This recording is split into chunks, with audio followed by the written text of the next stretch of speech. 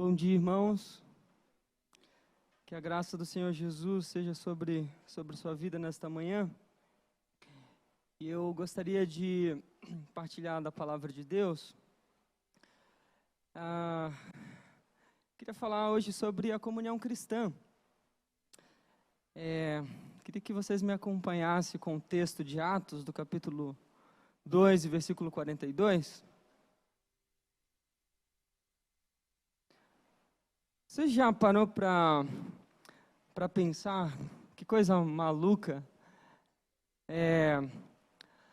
Deus reunir pessoas de lugares diferentes, de regiões diferentes e de culturas diferentes e fazer desse povo um só povo e que está totalmente conectado e que está avançando em uma direção, em rumo aos céus. E que esse povo não está apenas conectado entre si, mas está conectado com o próprio Deus, com o Criador de todas as coisas, com aquele que fez os céus, que criou os céus com o poder da sua palavra. Não é muito maluco isso? E que, embora a nossa visão, muitas das vezes, a respeito da vida cristã, está meio ofuscada e não permite a gente enxergar a profundidade do Evangelho, embora os nossos pecados, mas mesmo assim, a graça de Deus ela está de tal maneira sobre nós que a gente consegue perceber a dor do próximo e sentir a dor dele, mesmo nós não conhecendo essa pessoa. E quem faz isso em nós é o Espírito Santo. É Ele que nos conecta. É com Deus que estamos ligados e também estamos ligados com os nossos irmãos. Atos do capítulo 2, versículo 42 diz que a igreja ela perseverava nos ensinos dos apóstolos, a comunhão, ao partir do pão e às orações. Eles se dedicavam aos ensinos dos apóstolos, à comunhão, ao partir do pão e às orações. E o final do capítulo vai dizer que o Senhor acrescentava, por causa da forma que a igreja vivia, a comunidade àqueles que iriam sendo salvos. Amém? Vamos orar? Louvado seja o teu nome, meu Pai, pela tua palavra. Tua palavra é viva, é eficaz. Tua palavra ela penetra o mais profundo do nosso coração. Ela sonda aqueles lugares e atinge aqueles lugares que nós não conseguimos, que o homem não consegue atingir, que não consegue alcançar. Que nesta manhã, ó Pai, a tua palavra ela nos liberte das prisões que ainda nos prendem, que a tua palavra ela nos liberte, Senhor, das correntes que ainda nos amarram e nos impedem de viver a profundidade do Evangelho, de enxergar para além deste mundo, ó Pai, para além deste mundo físico, para além deste mundo que é palpável, que ela nos ajude, ó Pai, a viver de acordo com a tua vontade. No nome de Jesus que nós oramos e te agradecemos. Amém. Então vamos meditar hoje, irmãos, sobre a comunhão cristã. Nesse texto que nós lemos, existem 4 pilares que são fundamentais para a comunidade cristã. E a igreja do primeiro século, ela viveu isso de forma muito intensa. Talvez por vários motivos, mas a verdade é que eles levaram muito a sério o Evangelho. E esses 4 pilares são a palavra de Deus, eles perseveravam nos ensinos dos apóstolos, e perseveravam não só nos ensinos dos apóstolos, mas nos ensinos de Jesus. Porque aquilo que os apóstolos ensinavam e ensinaram foi aquilo que eles receberam de Jesus. Foi aquilo que durante a caminhada com Jesus, eles viram Jesus fazendo, eles viram Jesus falando, e eles seguiram. Eles fizeram também a mesma coisa. O segundo pilar é a comunhão, que é o que eu gostaria de conversar com a igreja nessa manhã.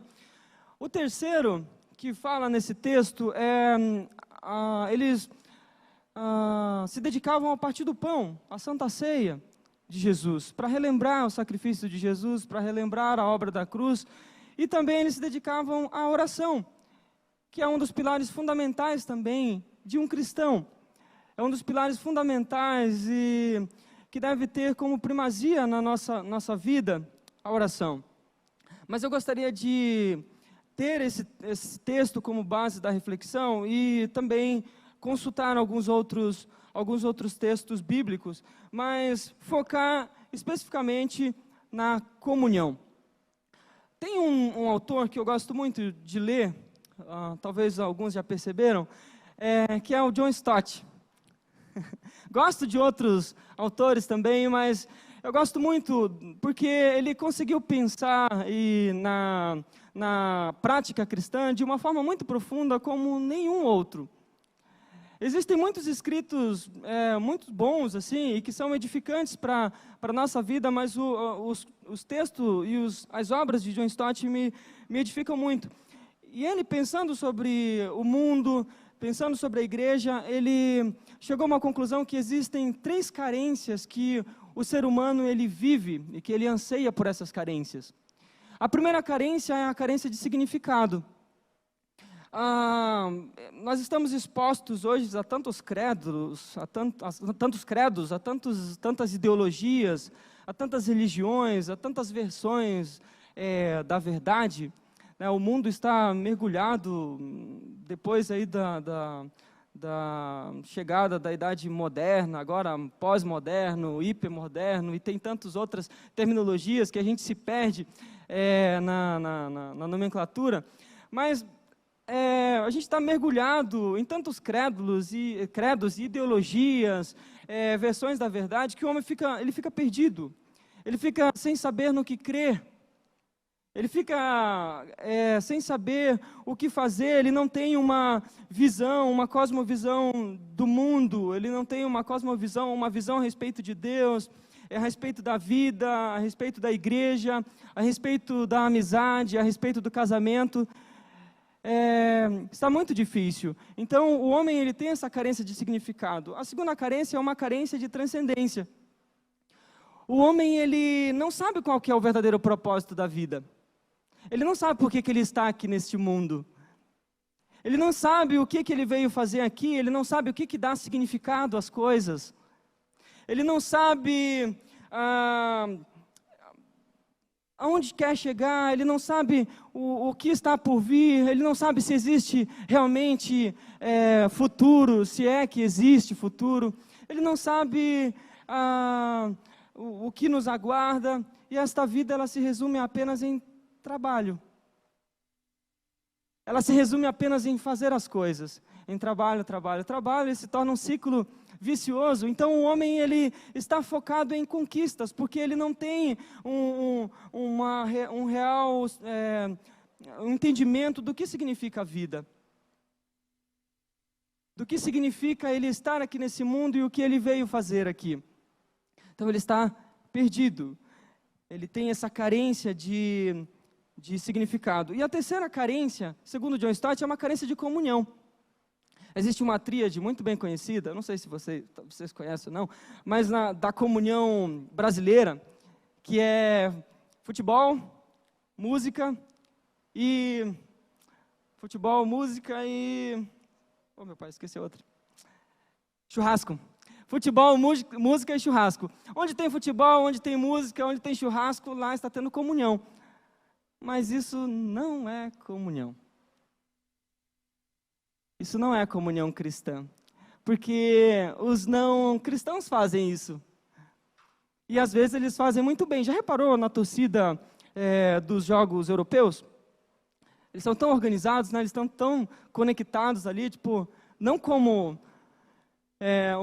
sou corintiano, mas não como um jogo do Corinthians, assim, tipo, né, em São Paulo, onde as torcidas, tipo, brigam e tal, mas o Corinthians é o melhor, não é o melhor? Mas não é dessa unidade, não é dessa comunhão que a Bíblia está falando.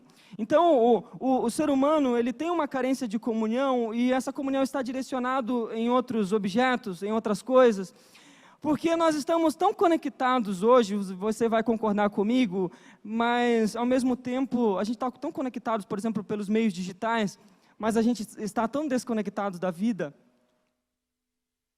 Nós nunca estivemos tão perto, mas tão longe ao mesmo tempo. Você já parou para pensar nisso? Porque mesmo em um grupo de pessoas, o indivíduo ele se sente sozinho. Ele se sente vazio, embora estando em uma comunidade, em um grupo de pessoas, mas ele se sente vazio, ele se sente perdido. E as pessoas, por exemplo, passam horas dialogando com alguém de outro país, de outro estado, de outra cidade, por meio do WhatsApp, ou Instagram, ou Facebook, mas ela não consegue conversar com alguém pessoalmente 5 minutos. Não consegue. Porque as pessoas estão carentes de comunhão pessoal, estão carentes de uma comunhão da vida na vida, não apenas conectados por meio de apenas uma ferramenta da tecnologia. Então a pessoa não sabe com quem viver, ela não sabe como compartilhar a vida. E diante disso eu pergunto, o que é comunhão para você? E o que a Bíblia diz em relação a comunhão, que é algo que eu gostaria de refletir com os irmãos nesta manhã. Comunhão, a koinonia do grego, no Novo Testamento, ela denota uma comunhão participante, independente do conhecimento pessoal. Em Romanos 15, 26, Paulo ele vai relatar que pareceu bem à igreja da Macedônia e a Acaia fazerem uma coleta para os irmãos para os irmãos pobres que estavam em Jerusalém. Eles não se conheciam. A comunhão, ela diz respeito a ser participante no corpo de Cristo, mesmo você não conhecendo essa pessoa, porque quem gera essa comunhão, amados irmãos, essa comum união, não somos nós. Não é o Edion que vai fazer com que você tenha comunhão. Não é o irmão Edgar que vai fazer com que você tenha comunhão. É o Espírito Santo quem produz isso. A comunhão, assim como a obra da salvação, assim como as outras virtudes de Deus, ela é produzida pelo Espírito Santo. E que deve ser vivida pela igreja. Então a comunhão, amados irmãos, ela é resultante primariamente da comunhão que temos com o Pai, com o Filho e com o Espírito Santo. Por isso que eu disse que quando nós pensamos que comunhão ela está baseado em futebol, esporte, futebol, música e churrasco, nós podemos estar ali juntos, mas nós não estamos conectados. Nós não estamos ligados à vida daquela pessoa. Porque não existe nesse grupo, por exemplo, de uma torcida de futebol, a fonte principal, o elemento principal que nos liga, que é o Espírito Santo. É o Espírito Santo que nos liga, que nos conecta, e é por isso que João, ele vai dizer na sua primeira carta, do capítulo 1, versículo 3, que ele diz, proclamamos o que vimos e ouvimos, para que vocês também tenham comunhão conosco, e a nossa comunhão é com o Pai, com o seu Filho Jesus, e também da comunhão com o Espírito Santo, conforme vai dizer Paulo em Filipenses, do capítulo 2, 1. Se por estarmos em Cristo, nós temos alguma motivação, alguma exortação de amor, alguma comunhão no Espírito, alguma profunda afeição e compaixão, complete a minha alegria, tendo o mesmo modo de pensar, o mesmo amor, um só Espírito e uma só atitude. Então a nossa comunhão, amados, ela antecede até mesmo ao tempo, visto que nós fomos eleitos por Deus e escolhidos por Deus antes mesmo da fundação do mundo. Paulo, a carta de Efésios vai deixar registrado em cores vivas, onde ele diz que porque Deus nos escolheu nele antes da criação do mundo, para sermos santos e irrepreensíveis em sua presença. Então a comunhão com o Espírito é ao mesmo tempo uma comunhão com os nossos irmãos. Só que, primariamente, nós devemos ter essa comunhão vertical. Porque se nós não tivermos essa comunhão vertical, esse eixo que nos liga com os nossos irmãos, e se o Espírito Santo não estiver em nós, como diz o ditado, esse aqui é um ditado de tiozão, tá? Sem me julgar, cadê os adolescentes? Sem me julgar. A gente vai estar dando murro em ponta de faca. A gente não vai conseguir viver a comunhão verdadeira, a comunhão genuína. Então, essa comunhão do Espírito, ela não é individualista. A comunhão proporcionada pelo Espírito Santo, ela é socializante, porque revela que todos nós, sem exceção, somos inteiramente e absolutamente dependentes da graça de Deus. E que sem essa graça de Deus, sem esse Espírito Santo que habita em nós, que precisa habitar em nós, é impossível vivermos a comunhão cristã. Então, a nível de introdução, o ponto de referência da nossa comunhão, da comunhão do crente, é a unidade divina. É a união que nós temos com o Pai, é a comunhão que nós temos com o Espírito Santo. Jesus mesmo, ele diz que ele e o Pai, eles são um. E antes de Jesus voltar para o céu, ser assunto aos céus, ele fala que vai mandar um outro, parecido com ele, com a mesma essência, que está ligado juntamente com o Pai, que viveria em nós. E que nos ajudaria em todas as nossas dificuldades. Eles estão ligados, e é esse ponto de referência que nós devemos ter da comunhão cristã. É sumamente importante, amados irmãos, compreender que a comunhão, ela está, antes de tudo, fundamentada na obra de Deus, na obra da cruz. E é por isso que nós observamos que Lucas, ele descrevendo a cotidianidade da igreja, ele diz que eles perseveravam na doutrina dos apóstolos e na comunhão. A igreja primitiva ela, do primeiro século, ela desfrutava de uma comunhão íntima, não artificial, não aquela gerada por meios virtuais, mas aquela gerada no nosso íntimo, por meio do Espírito Santo. E o próprio Jesus, ele orou para que houvesse essa comunhão. Em João 17, nós vemos a oração de Jesus. Então, diante disso, dessa obra produzida pelo Espírito Santo em nosso coração para produzir essa comunhão, então aí nós podemos praticá-la. E aí eu gostaria de compartilhar com os irmãos 3 características na prática dessa comunhão. Analisemos algumas delas. Primeiro é o serviço em amor. Serviço em amor. Sem reservas. Quem aqui gosta de ser servido? Você que não levantou a mão, hein? Você gosta de ser servido. Eu já ia levantar os pés aqui, o outro. Porque nós gostamos de ser servidos, você já reparou? E numa sociedade, amados irmãos, cada vez mais individualistas, egocêntrica, você já percebeu que a humildade ela tem até sido acolhida, aceita e bem-vinda? Mas apenas como necessária para alcançar objetivos pessoais. Essa humildade, ela é egocêntrica e interesseira. E ela só existe para ser usado para um fim desejado. E para sermos sinceros, como eu disse, nós gostamos de ser servidos pelos outros, não é verdade? Nós queremos ser servidos por eles. Porém, a atitude de Jesus, do nosso modelo, daquele que nós podemos olhar para ele e dizer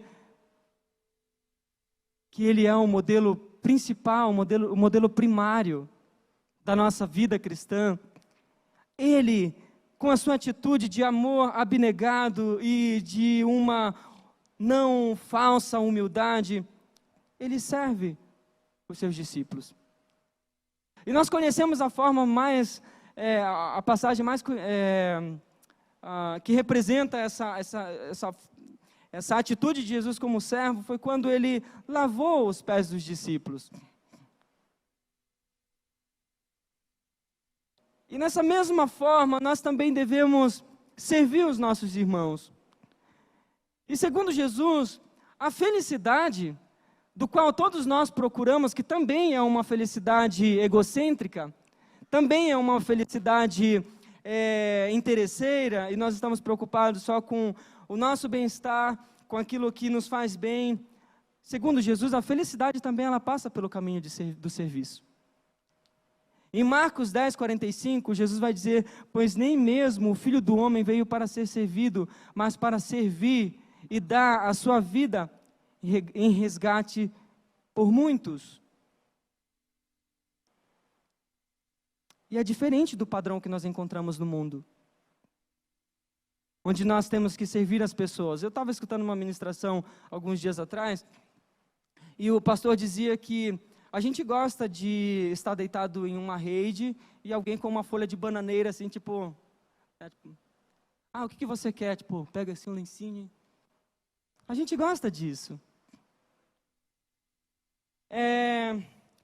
E quando eu digo isso, eu estou falando que eu também gosto disso, tá? Eu gosto de ser servido.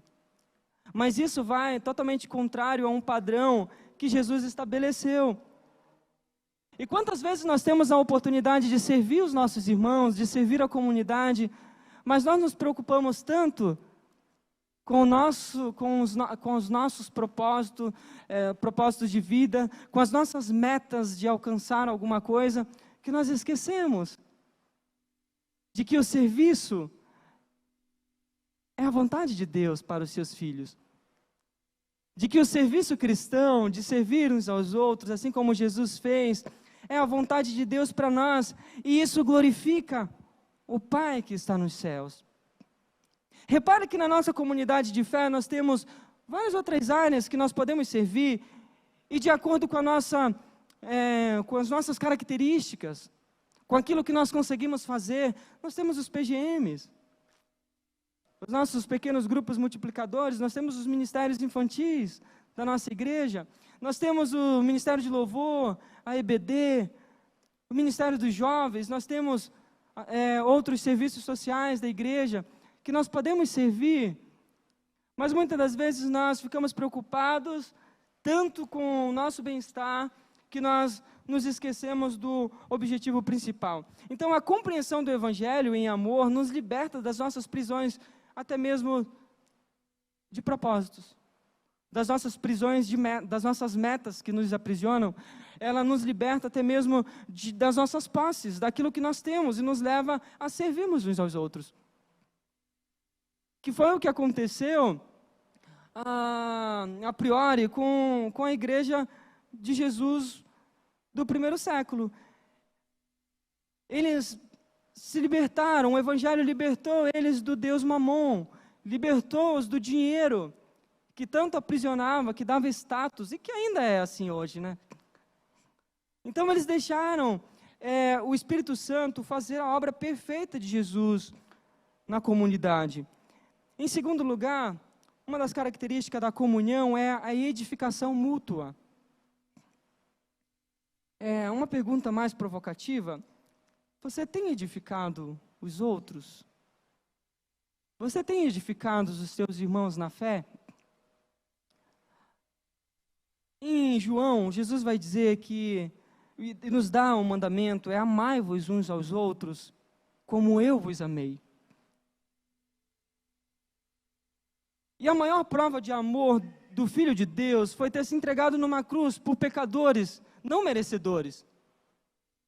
Por pecadores que estavam totalmente alienados em seus pecados e amarrados nos seus desejos. Eles estavam totalmente entregues aos seus desejos, que eles não conseguiam nem ao menos se voltar para Deus. Já em Gênesis, lá em Gênesis, a Bíblia vai dizer que Deus viu que o coração do homem estava totalmente inclinado para o mal. Era impossível que ele se voltasse para Deus. Ele estava totalmente corrompido por causa do pecado, por causa da desobediência. Mas o amor de Deus, ali naquela cruz, de uma forma tão sobrenatural, restaurou aquele relacionamento que havia se rompido, e aquela comunhão com o Pai perfeita lá do Jardim do Éden, foi restaurada. E agora nós podemos então estar diante de Deus, e não apenas estar diante de Deus, como também provar do seu grande amor, e ter Deus morando dentro de nós. E esse Deus que mora dentro de nós, que habita dentro de nós, nos leva a edificarmos uns aos outros e a amar uns aos outros com o amor de Jesus. Tudo aquilo que Jesus fez em favor dos homens. Claro, nós não iremos morrer como Jesus numa cruz por causa de um ser humano, porque essa obra não precisa ser mais feita. Ela já foi feita de uma vez por todas. Mas podemos ajudá-los, os irmãos, em suas fraquezas. Nós podemos ajudá-los em suas necessidades.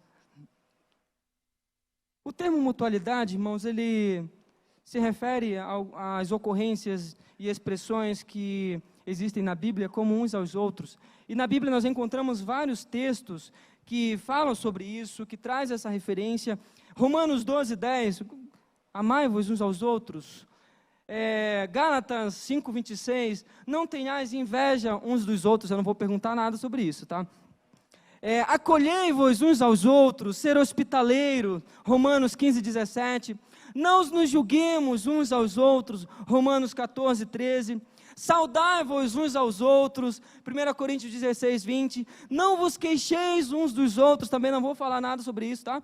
Tiago 5:9, cooperem em favor uns dos outros, 1 Coríntios 12:25, esse aqui eu não deveria nem falar, sabia? Não faleis mal uns dos outros, Tiago 14:11, sujeitai-vos uns aos outros, Efésios 5:21, confessai os vossos pecados uns aos outros, para que sejamos curados. Você tem confessado os seus pecados?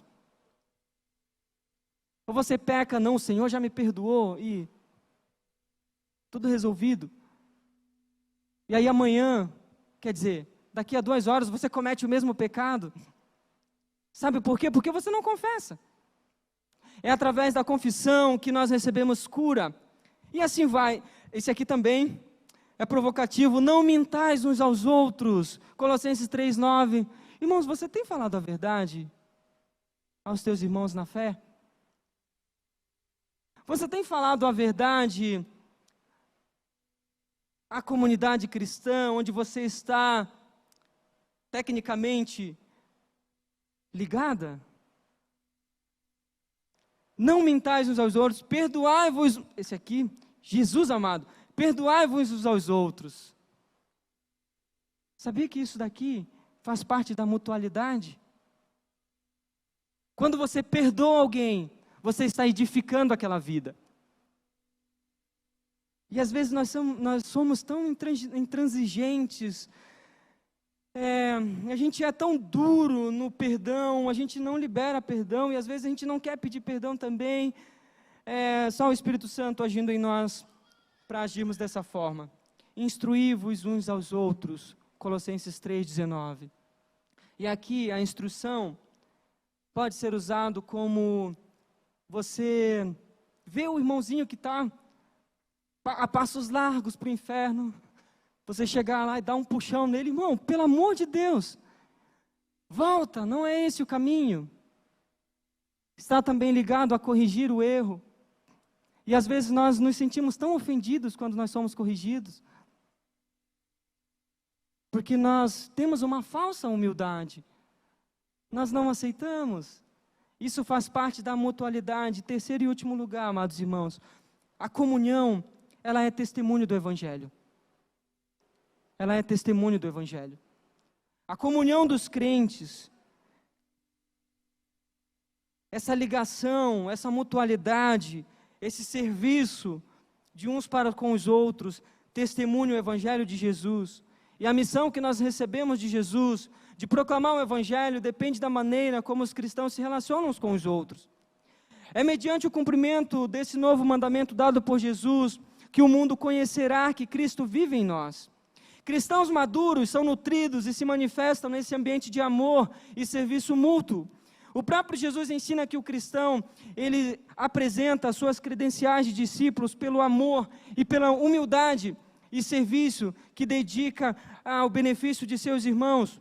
O amor, ela é a marca da nossa identificação com Cristo Jesus, é a maior credencial de que somos realmente discípulos de Jesus. João, do capítulo 13, versículo 36, um novo mandamento dou a vocês, essas são as palavras de Jesus: amem-se uns aos outros como eu vos amei, vocês devem amar uns aos outros, com isso todos saberão que vocês são meus discípulos, se vocês amarem uns aos outros. O verdadeiro cristianismo, amados irmãos, ele é marcado pelo amor abnegado, ele é marcado pela humildade no tratamento com os nossos irmãos e pelo serviço que provém, do entendimento do Evangelho, pelo exercício desse amor exemplificado por Jesus em contrapartida com o mundo, as pessoas, conhecerá Cristo, conhecerá que Cristo vive em nós. O amor cristão, ele permeia a nova comunidade formada por Jesus e é testemunho para o mundo de que Cristo Jesus, ele é real. O resultado da prática da comunhão dos nossos primeiros irmãos eram que todos os dias o Senhor Jesus acrescentava à igreja aqueles que haviam de se salvar. Sabemos, diz a Bíblia, que já passamos da morte para a vida, porque amamos os nossos irmãos. Quem não ama permanece na morte. Nisto conhecemos o que é o amor.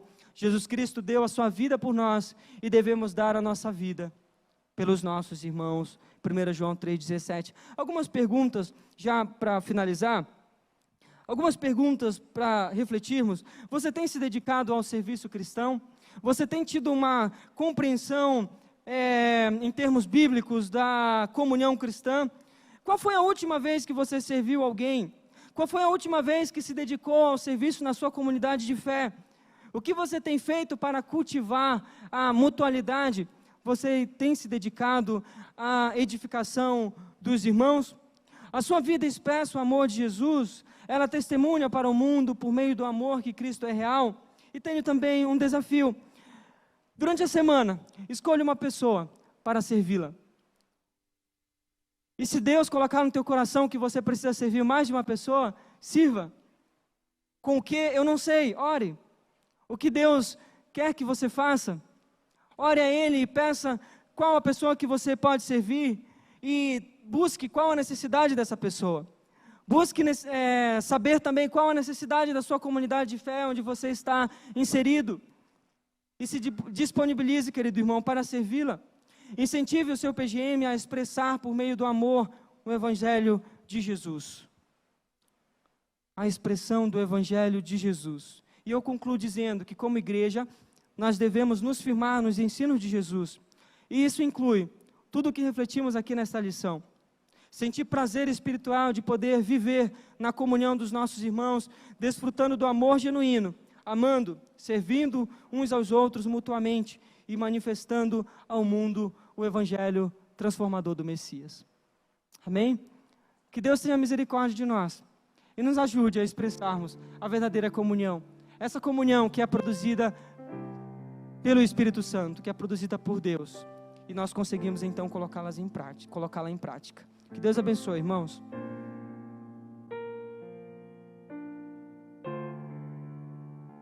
Amém, queridos? Vamos colocar em pé.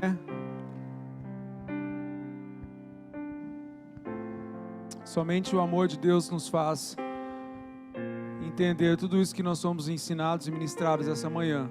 Que Deus possa completar a palavra dele ao seu coração nesta manhã e que tenha falado também em nome de Jesus.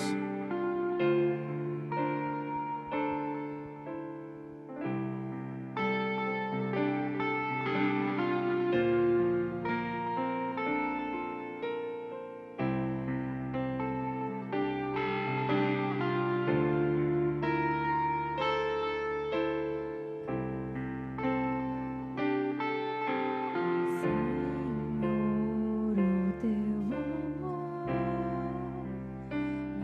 me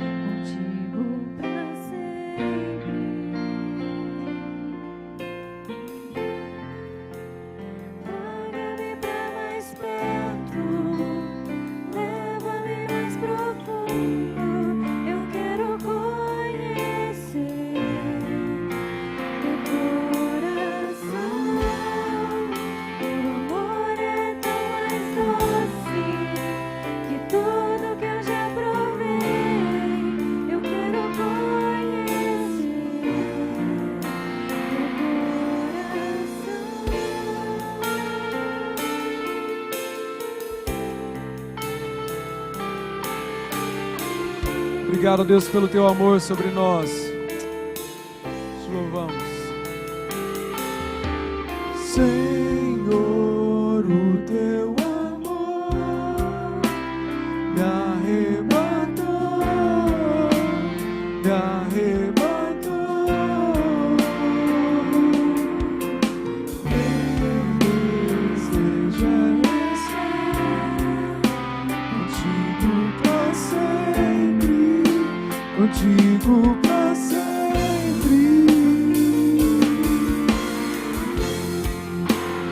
Leva-me pra mais perto, leva-me mais profundo. Eu quero conhecer teu coração. Teu amor é tão mais doce que tudo que eu já provei. Eu quero conhecer teu coração.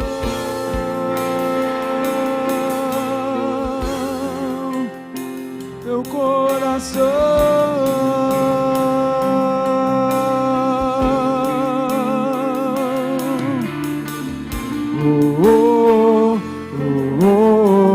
Grande teu amor por mim. Grande é o teu amor. Grande é o teu amor por mim. Grande é o teu amor. Diga. Grande é o teu amor por mim. Grande é o teu amor.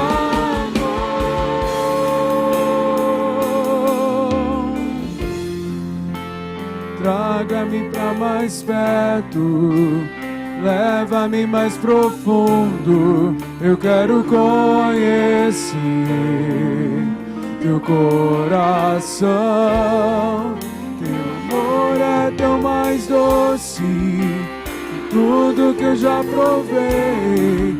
Eu quero conhecer teu coração.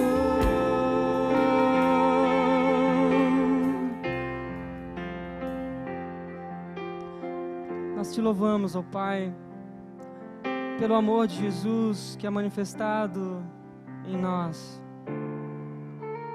A minha oração, ó Pai, é para que o Evangelho do Senhor faça sentido às nossas vidas.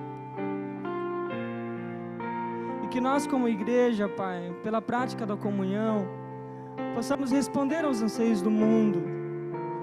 E se o mundo, Pai, tem carência de significado, que a igreja, por meio da comunhão, possa dar esse significado ao mundo. Se a igreja, se o homem, Pai, ele tem uma carência do transcendente, do propósito da vida, que a igreja, por meio do amor mútuo, por meio do serviço, possa ajudá-los, Senhor, possa resgatá-los do império das trevas. Se o mundo tem uma carência de comunhão, Pai, que a igreja de Cristo, que os teus filhos aqui na terra, que os pequenos cristos, que nós como pequenos cristos possamos viver a comunhão genuína, aquela gerada pelo Espírito Santo, para que o mundo creia que o Senhor enviou o teu Filho Jesus ao mundo, para que o mundo creia, Pai, que o Cordeiro de Deus, aquele que tira o pecado do mundo,